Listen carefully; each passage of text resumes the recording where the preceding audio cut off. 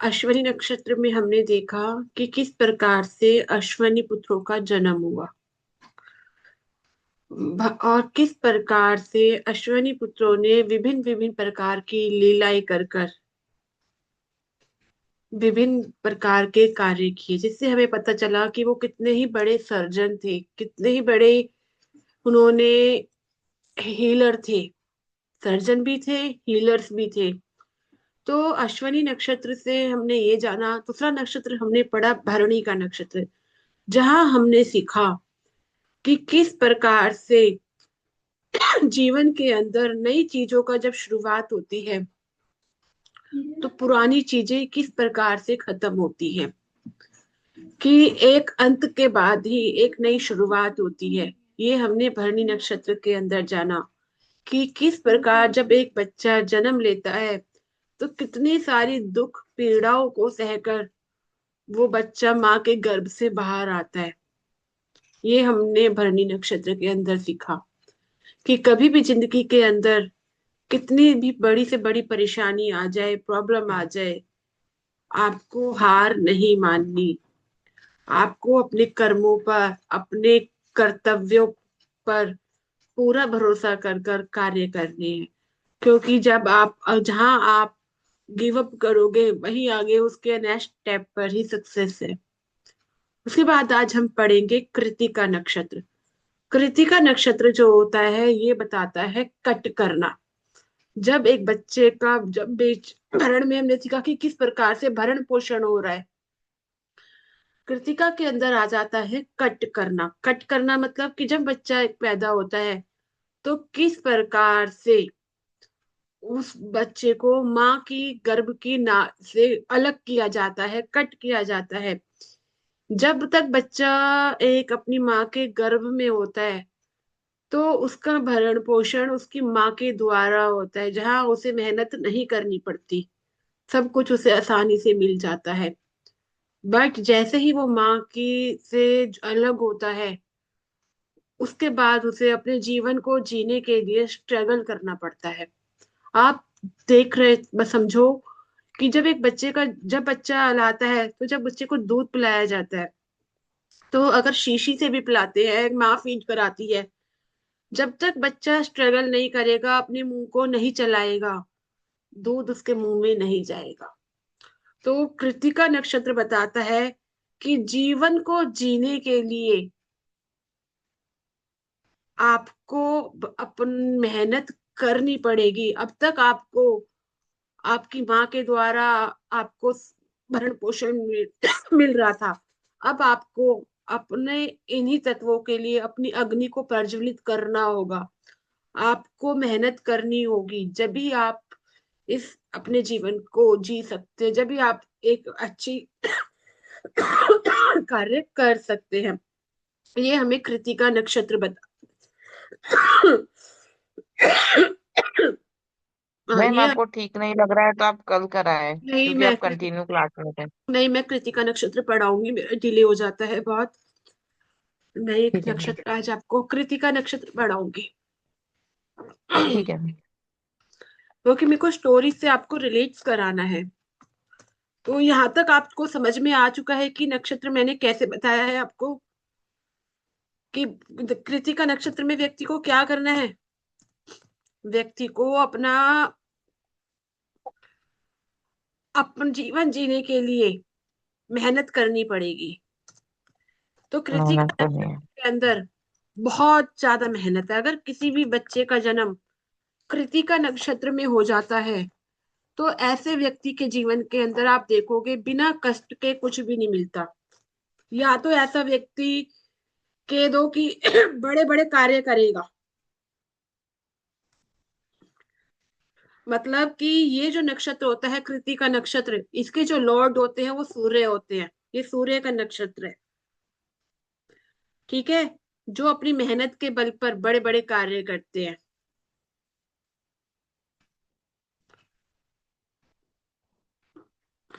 इसके अंदर स्टोरीज आती हैं, मैं बता। और ये कृतिका नक्षत्र कहाँ से स्टार्ट होगा, देखिए।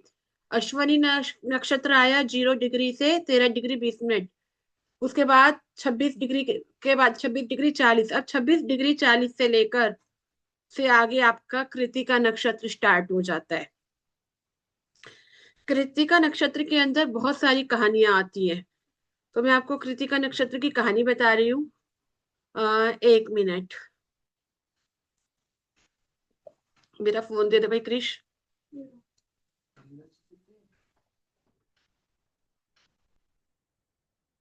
देखो मैं बता रही हूँ, इस कृत्तिका नक्षत्र के अंदर एक कहानी आती है महाभारत के अंदर, कि इसके महाभारत के में कि एक बार एक यज्ञ के दौरान अग्नि ने 7 ऋषियों की पत्नी को देखा। जो अग्निदेव थे, उन्होंने ऋषि की 7 पत्नियों को देखा और उनके सौंदर्य को देखकर वो उनके ऊपर क्या हो गए, मोहित हो गए।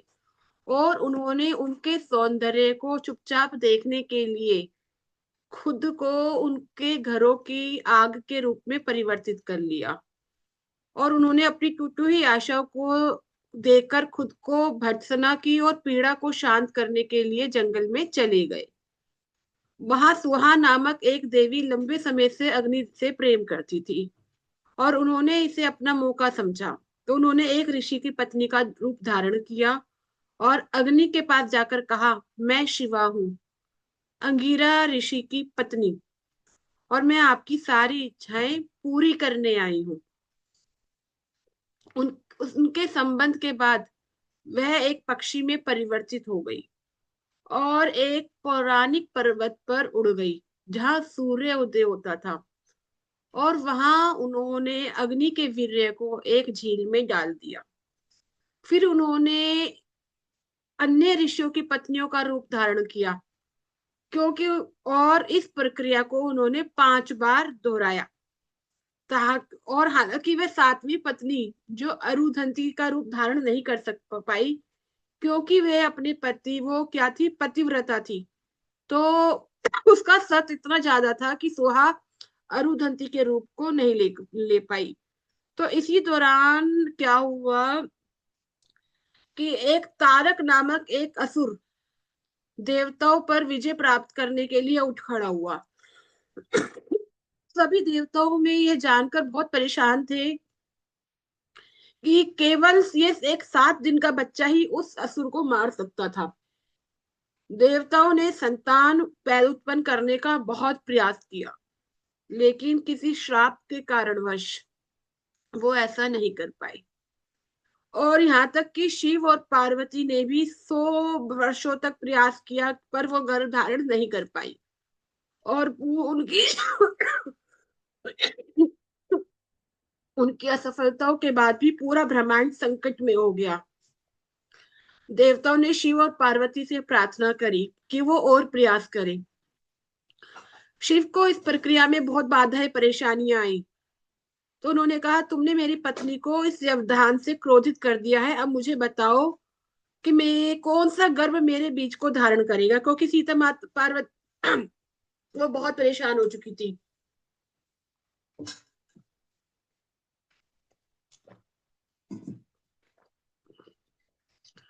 तो देवताओं ने सुझाव दिया कि पृथ्वी को गर्भ बना दिया जाए।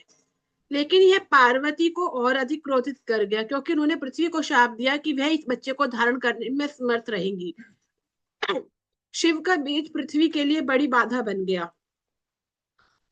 तो इससे बाढ़ और तबाही हर जगह फैल गई, बहुत बुरा हाल हो गया। तो अग्निदेव से अनुरोध किया गया कि वह इस बीज को संभाले।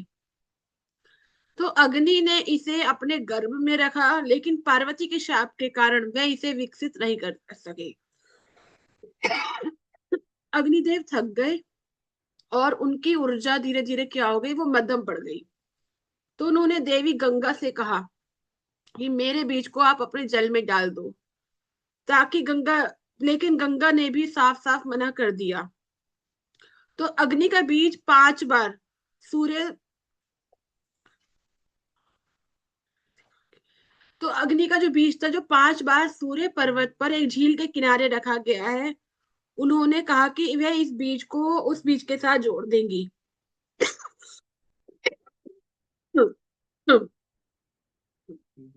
तो जल्दी क्या हुआ इसी पर्वत ने एक अति शक्तिशाली बच्चे को जन्म दिया, जिसने पहाड़ी को नष्ट करना शुरू कर दिया। और 7 ऋषियों की जो पत्नी थी, जब वहां से वो बच्चे का जन्म हुआ तो वो बच्चा बहुत बुरी तरीके से रोने लग गया। उसकी व्यवधान जो थी वो बहुत ज्यादा थी। सारों जगह प्रकाश हो गया कि ऐसा कौन बच्चा है जो रो रहा है, जो शांति नहीं होकर दे रहा बिल्कुल भी। तो उस समय पता चला कि ये अग्नि का बीज है। तो उस बच्चे को जो ऋषि थे, उनको पता चला कि ये इस बच्चे का जन्म कैसा हुआ, किस प्रकार से हुआ। तो जब पता लगाया गया तो पता चला कि ये अग्नि का ही बीज है। किस प्रकार से इसने ऋषि की पत्नियों के दो का मतलब रूप धारण करके सुहा ने अग्नि के साथ संबंध स्थापित करके इस बच्चे का जन्म हुआ है। तो ऋषि ने ना अपनी उन 6 पत्नियों को श्राप दे दिया और उन्हें अपने आश्रम से निकाल दिया, और कहा तुम इस आश्रम से निकल जाओ और जाकर उस बच्चे को अपना दूध पिलाकर उसमें जहर घोलकर उसे मार दो। बट क्या हुआ कि उन उन 6 के अंदर एक माँ की ममता उभर आई। जब माँ की ममता उभर कर आई तो इसीलिए वो जो बच्चा था, उन्होंने उसे उसे मारा नहीं और उसका पालन पोषण किया। जब बच्चा वो कितने दिन का हो गया, 7 दिन का हो गया, तो उस समय उस बच्चे ने उस राक्षस का वध किया। और उसके बाद वो ही बच्चा, उस बच्चे के लिए लड़ाई हो गई, होने लगी कि ये मेरा बच्चा है, मेरा बच्चा है, मेरा बच्चा है, मेरा बेटा है। मतलब सभी 6 माँ जिन्होंने दूध पिलाया था, हर हर माँ अपना अपना हक जमाने लगी। उधर पार्वती माँ भी कि ये मेरा ही वैवाहिक बच्चा है, क्योंकि शिव जी का जो बीज था वो भी इसमें सम्मिलित था। तो उसी उसी समय इस कार्तिक का जो ये कार्तिक देव थे, वो 6 कृतिकाओं में बट गए। जो 6 ऋषि की पत्नियों ने उन्हें पाला, और 7वां जो था वो था माता पार्वती का। जब इस बच्चे का जन्म कितनी मुश्किलों से हुआ और किसी स्पेशल उद्देश्य से हुआ, क्योंकि इसका मतलब सब विधान लिखा हुआ था पहले ही कि एक राक्षस आएगा, तबाही मचाएगा। उससे पहले ही प्रकृति अपनी सृष्टि रच रही थी। वो पहले ही जानती थी कि ऐसा होगा, तो वो पहले ही अग्नि सुहा के माध्यम से उसको नष्ट करने के लिए उस एक बच्चे को तैयार कर रही थी। तो हमारे जीवन के अंदर अगर कुछ भी हम बड़ा गलत होता है, घटनाएं होती हैं, तो वो सब कुछ वो सृष्टि रच रही है। अगर हमारे जीवन में मुसीबतें भी आ रही हैं, परेशानियां भी आ रही है, तो उन परेशानियों के पीछे बहुत बढ़िया आपको उसका सॉल्यूशन भी है। ये नहीं कि सॉल्यूशन नहीं है, उसका सॉल्यूशन पहले बन चुका है।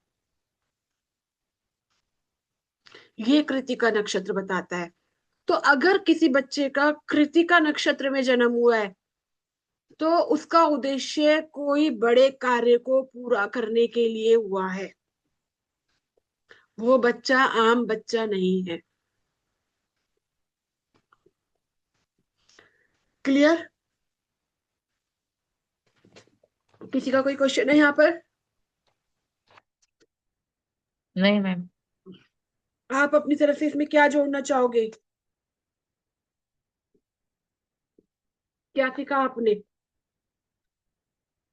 कृतिका नक्षत्र के अंदर 6 तारे होते हैं। ओके।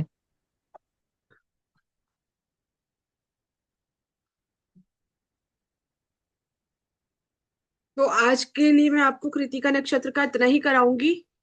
आई होप आज आपको कृतिका नक्षत्र की स्टोरी समझ में आ गई। फिर मैं आपको कुछ और हाँ चीजें मैम। बताती हूँ आज। ठीक है? 10 हम्म। मिनट है अभी हमारे पास। 10 मिनट के अंदर मैं आपको कृतिका नक्षत्र के 4 चरण होते हैं। हर नक्षत्रों के 4 4 चरण होते हैं। हमने सीखा था, जिसे पद भी बोला जाता है। किसी व्यक्ति का जन्म किस चरण में हुआ है, वो क्या बच्चा कैसा होगा। जैसे मान लीजिए अगर किसी कृतिका नक्षत्र के प्रथम चरण में व्यक्ति का जन्म हुआ है, तो देखो कृतिका नक्षत्र किसका है, सूर्य का है, पहले तो ये देख लो। ठीक है, सूर्य का नक्षत्र है, तो सूर्य के सभी गुण इसमें विद्यमान होंगे किसी ना किसी रूप में, चारों चरणों में होंगे। ठीक है, ये पतले शरीर का होगा,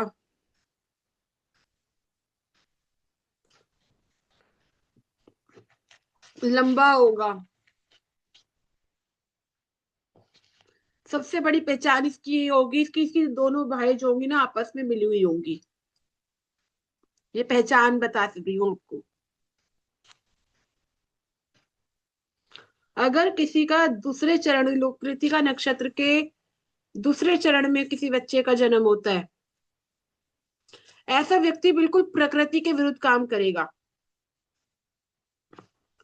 सीधा चलने की जगह उल्टा चलने वाला।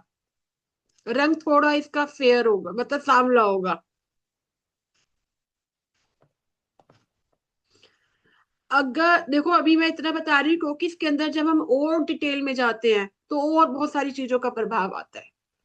तो अगर किसी का तृतीय नक्षत्र के तृतीय चरण में जन्म हुआ है, तो ऐसा व्यक्ति कैसा होगा, मतलब नॉर्मल बुद्धि होगी, आंखें जो होंगी इसकी बहुत ज्यादा गंभीर होंगी। इसकी पत्नी इसके विरुद्ध होगी, ये कहेगा ईस्ट तो वो बोलेगी वेस्ट। ये स्पाउस में एलिजिबल है या फिर सिर्फ पत्नी में है, मतलब पति में स्पाउस, भी होगा? हाँ स्पाउस में, स्पाउस में। आप चेक कीजिए, आप देखिए, आप कुंडली चेक कीजिए, देखिए कि जितने भी लोगों का कृतिका नक्षत्र के जन्म है, कौन से पद में है, कितने लोग इससे मैटर करते हैं, कितनी क्वालिटीज हैं। अब यहाँ पर एक चीज और बता रही हूँ, उनका उद्देश्य किसी, उनका जो जन्म है ना किसी स्पेसिफिक उद्देश्य के लिए ही हुआ है। कृतिका नक्षत्र वालों का, उन्हें कुछ ऐसे उनके जीवन के अंदर जैसे मिलिट्रीज हो गई, देख रहे हो, मिलिट्री हो गई, आर्मी हो गई, जहाँ लड़ाई है झगड़ा है, जहां वो देश के लिए लड़ रहे हैं, बड़ी बड़ी राजनीतियां कर रहे हैं, मतलब एक कह सकते हो कि एक सुपर पावर के लिए काम कर रहे हैं, इनका इसलिए जन्म हुआ। ये डिफरेंट डिफरेंट फील्ड में डिफरेंट डिफरेंट पर्पस के लिए आ सकते हैं। अगर चौथे चरण के अंदर जन्म हुआ है, इनकी आंखें सुंदर होंगी, ये एक जगह नहीं बैठेंगे, ये भागने वाले होंगे, कभी इधर से उधर, उधर से इधर।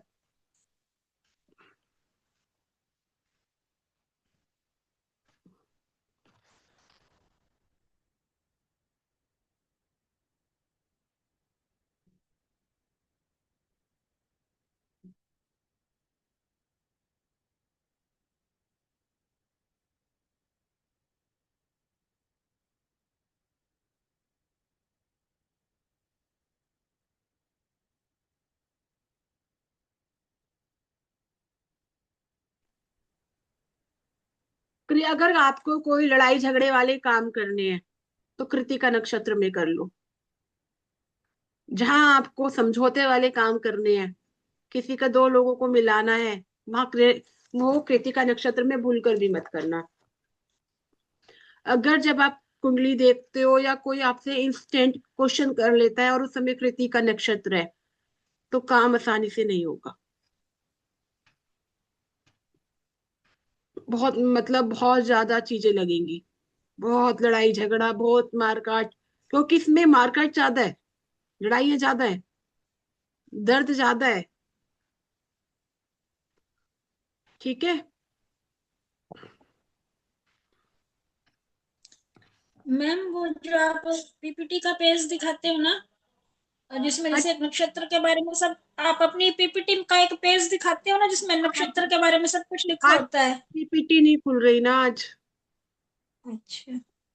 आज पीपीटी नहीं खुल कर दे रही, तो मैं बता रही हूँ कृतिका नक्षत्र है, 26 डिग्री 40 के बाद में 13 डिग्री प्लस कर दो, 13 डिग्री 20 मिनट। सूर्य देव, सूर्य का नक्षत्र है, अग्निदेव का नक्षत्र है ये।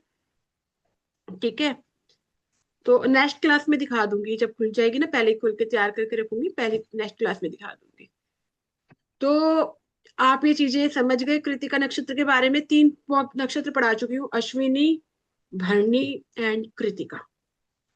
नेक्स्ट क्लास में चौथा नक्षत्र कौन सा आता है बताओ चैताली। रोहिणी आएगा मैम। तो रोहिणी नक्षत्र। रोहिणी जो मून का नक्षत्र है। हाँ, तो मैंने आपको पहली क्लास के अंदर रोहिणी नक्षत्र के बारे में कुछ पढ़ाया था। अभी याद नहीं है। रोहिणी कृष्ण भगवान का है इतना पता है। कृष्ण तो भगवान का बर्थ नक्षत्र है इतना पता है मुझे। चलो ठीक है, अब हमें बाकी का और शायद मैं शायद ये बताया था कि भी रोहिणी में चंद्रमा सबसे ज्यादा रहते हैं। यस, हाँ चंद्रमा, हाँ वो बताया था। चंद्रमा यहाँ के तो खुश है। आपने बोला था वो स्टडी, हाँ स्टडी करने के लिए बोला था कि नॉर्मली जो डेज रहते हैं 28 डेज का जो साइकिल रहता है शायद चंद्रमा का, तो उनका जो साइकिल है उसमें आप ऑब्जर्व करना कि चंद्रमा रोहिणी नक्षत्र में कितना टाइम रहते हैं। कितना समय रह रहे हैं। तो हाँ रोहिणी, जब बाकी चंद्रमा में कम रोहिणी, किस में रहते हैं। हाँ ये आप चेक करो सारा का सारा। हाँ। और मैम एक चीज थोड़ी, ये जो चरण है ना नक्षत्र, वो आपसे कंफर्म करना चाहूंगी। मैंने कहीं से ऐसा पढ़ा था या मतलब सुना था कि ये जो 4 चरण रहते हैं ना, वो जो है ना वो रिप्रेजेंट करता है धर्म, अर्थ, काम और मोक्ष। यस, मतलब फर्स्ट चरण रहता है धर्म के लिए, सेकंड चरण रहता है अर्थ के लिए, थर्ड रहता है काम और फोर्थ रहता है मोक्ष। अभी मुझे ये क्वेश्चन करना है कि बाय चांस किसी के सारे मतलब धर्मा में है, जो भी प्लैनेट्स है वो बराबर है धर्मा के चरण में, और एक ही प्लेनेट ऐसा है कि जो काम अर्था के चरण में हो, तो क्या वो प्लेनेट उसको पैसे देगा? ऐसा कुछ रहेगा? ऐसा कुछ होता है इसके अंदर ना मनी के एक, लिए? इसके लिए ना साउथ की एक फिलॉसफी है जहाँ देखा जाता है कि हम्म। कौन कौन से स्पेसिफिक नक्षत्र कौन से उसमें आ रहे हैं। तो उसके अंदर ना हम प्रिडिक्शंस करते हैं मनी के लिए भी, या कोई व्यक्ति कितना ऊपर जाएगा। स्पेसिफिक नक्षत्र देखे जाते तो हैं। वो वर्ष नक्षत्र को देखो कि चरण से देखते हैं नक्षत्र? हाँ वो उस चीज में आ जाएगी, वो मैं अभी यहाँ पर नहीं ले रही हूँ। अच्छा। कृष्णमूर्ति पद्धति। प्रेडिक्शन का पार्ट है, बट मैं बहुत कंफ्यूज हूँ वो चीज में, क्योंकि मेरे बहुत सारे प्लैनेट धर्मा में ही है। जल्दी, वो जो अर्था है ना उसमें एक ही